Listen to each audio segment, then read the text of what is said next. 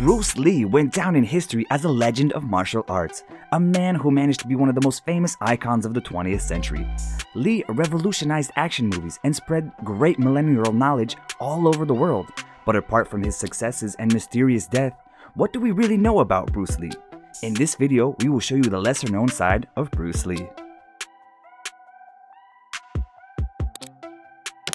Bruce Lee was born on November 27th of 1940 in San Francisco, United States. His family had moved to the USA from Hong Kong due to the work commitments of Lee's father, who was an opera singer. His mother, Grace Ho, was born in one of Hong Kong's richest families, but when she started dating Lee Hoi Xuan, she was punished and warned not to interact with people outside of aristocracy. However, the young woman did not hesitate and married the famous actor and opera singer, being totally removed from her family fortune. And this is how Lee was born as an American citizen. Although his parents did not plan to call him Bruce, one of the nurses at the hospital where he was born advised them so that they would not have problems with the visa. Despite this, his family still called him Saifon during his childhood, which is a girly name meaning Little Phoenix. Before even turning 18, Lee had already appeared in 20 feature films, and which had nothing to do with the genre we know him for. His debut on the big screen was when he was only 3 months old in the Chinese movie filmed in San Francisco called Golden Gate Girl, which premiered in 1941.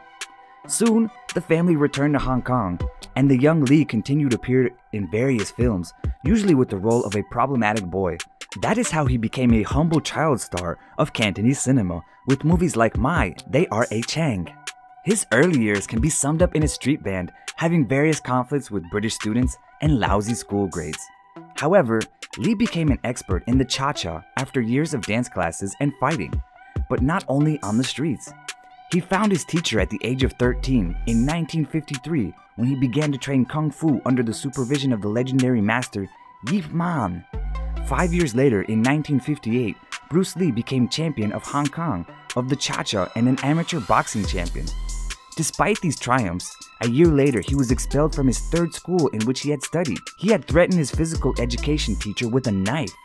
At the age of 18, his parents sent him to Seattle in the US with the aim of offering him a better future. Then he started working as a waiter at a Chinese restaurant that his family friend Ruby Chow had. However, Lee never saw this woman as his boss. He never called her by her last name or even respectful terms like aunt, only Ruby.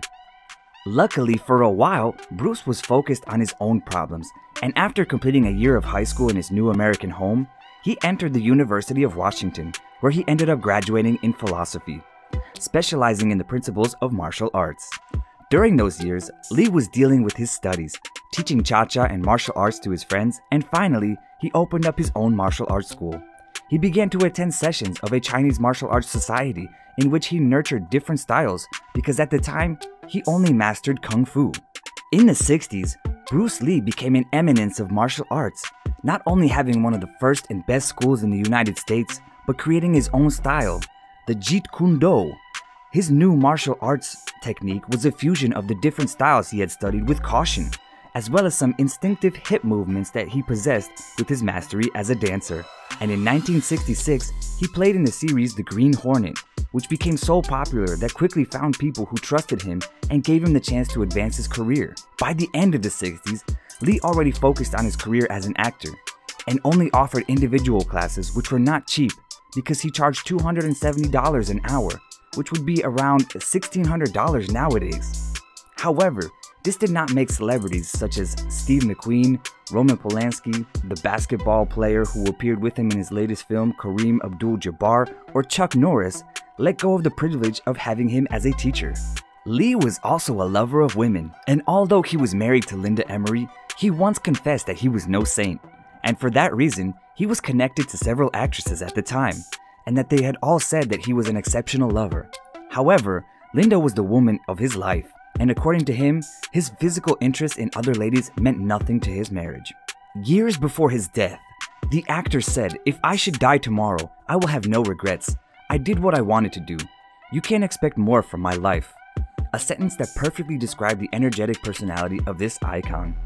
But if you thought we were going to finish the video without providing you interesting data about Bruce Lee, well, you were wrong. Did you know that the 5 films shot in Hong Kong were among the films that have raised the most money in Asia? Way of the Dragon, with $230 million worldwide, remains as the highest grossing Asian film in history. But this is not the only Bruce Lee record, as everyone knows his superhuman physical abilities. Lee was able to embed his 2 fingers in a can of cola, kick a bag of 50 kilos without a problem, and his famous 1-inch punch, which allowed him to throw his opponent, who was about 70 kilos, even up to a few meters. What do you think about the lesser known side of Bruce Lee? Leave your comments below, and don't forget to subscribe to our channel and check out more videos like this one. So until next time.